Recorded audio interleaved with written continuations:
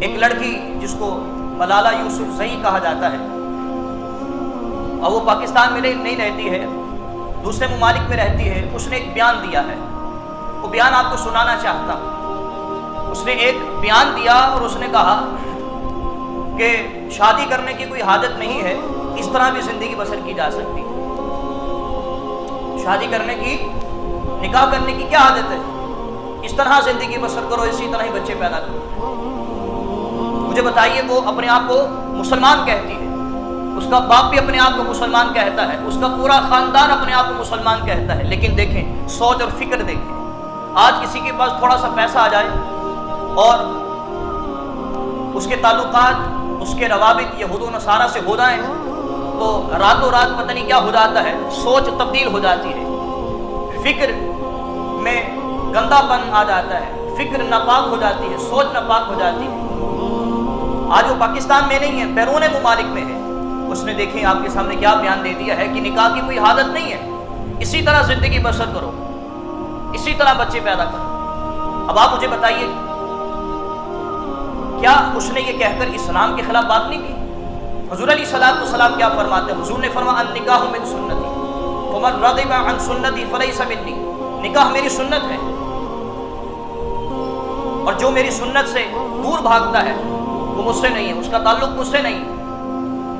یاد رکھیے گا، دو نامحرم اس وقت ایک دوسرے کے لیے حلال ہوتے ہیں جب نکاح ہوتا ہے، جب نکاح ہوتا ہے اس وقت نامحرم ایک دوسرے کے لیے حلال ہوتے ہیں، ادروائز حلال نہیں ہے۔ شریعت تو یہاں تک کہتی ہے کہ ایک نامحرم لڑکا جو ہے بغیر شرعی مجبوری کے کسی نامحرم عورت کو نہیں دیکھ سکتا، بات بھی نہیں کر سکتا۔ ہمارا اسلام، ہمارا مذہب جو بالکل پاکیزہ مذہب ہے، یہ وہی مذہب ہے جس کے حوالے سے اللہ تبارک و تعالیٰ نے فرمایا ان الدین عند اللہ الاسلام، جس کا خلاصہ یہ اللہ فرماتا ہے میں دین اسلام سے محبت کرتا ہوں۔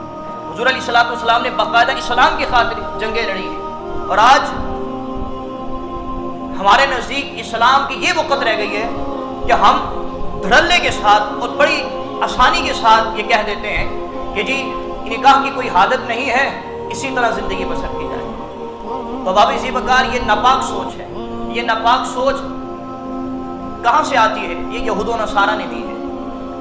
یہود و نصارہ ایسے لوگوں کو خریدتے ہیں اور اپنی افکار اور اپنے نظریات مسلمانوں میں ڈالنے کی کوشش کرتے ہیں۔ وہ کہتے ہیں اگر ہم بات کریں گے تو لوگوں پر اتنا اثر نہیں ہوگا، لیکن ایک مسلمان ہی اگر اسلام کے خلاف بکواس کرے گا تو ہو سکتا ہے کہ کچھ لوگ مانیں اس بات۔ اب ان لبرلز، سو کولڈ مسلمان جو اس کو پسند کیا کرتے تھے، جو اس کو لائک کیا کرتے تھے، وہ کہاں ہیں؟ میں ان سے سوال کر رہا ہوں، کیا اب بھی آپ اس لڑکی کو پسند کریں گے جو مسلمان ہو کر، نام نہاد مسلمان ہو کر اسلام کے خلاف ہرزہ سرائی کر رہی ہے، اسلام کے خلاف بکواس کر رہی ہے اور کہتی ہے کہ اسلام ہمیں نکاح کی کوئی حاجت نہیں؟ صحابہ کرام نے جو جنگیں لڑی ہیں ویسی لڑ لی ہیں۔ اگر صحابہ کرام کے نزدیک اسلام کی کوئی وقت نہ ہوتی، اسلام کے مسائل کی کوئی وقت نہ ہوتی، تو حضرت سیدنا صدیق اکبر مانعین زکوٰۃ کے حوالے سے جنگ نہ کرتے۔ بخاری شریف کی حدیث ہے ابواب ذبکار، حضرت فاروق اعظم رضی اللہ تعالیٰ عنہ کو پتہ چلا کہ حضور علیہ الصلوۃ والسلام کے ظاہری وصال کے بعد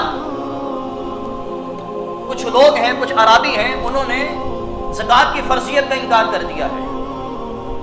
اپنے آپ کو مسلمان کہتے تھے، وہ بھی اپنے آپ کو مسلمان کہتے تھے، لیکن انہوں نے کیا کہا کہ نماز فرض ہے لیکن زکوٰۃ فرض نہیں ہے، صاحب استطاعت پر۔ حضرت سیدنا صدیق اکبر رضی اللہ تعالیٰ عنہ نے کہا کہ میں جہاد کروں گا۔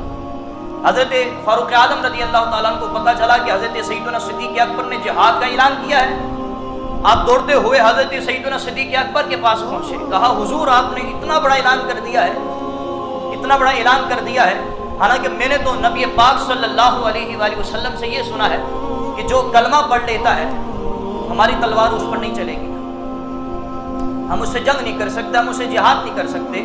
یہ لوگ تو کلمہ گو ہیں، یہ کلمہ گو ہیں، آپ ان سے جہاد کر رہے ہیں، ہماری تلوار تو ان پر چلے گی جو کلمہ گو نہیں ہے۔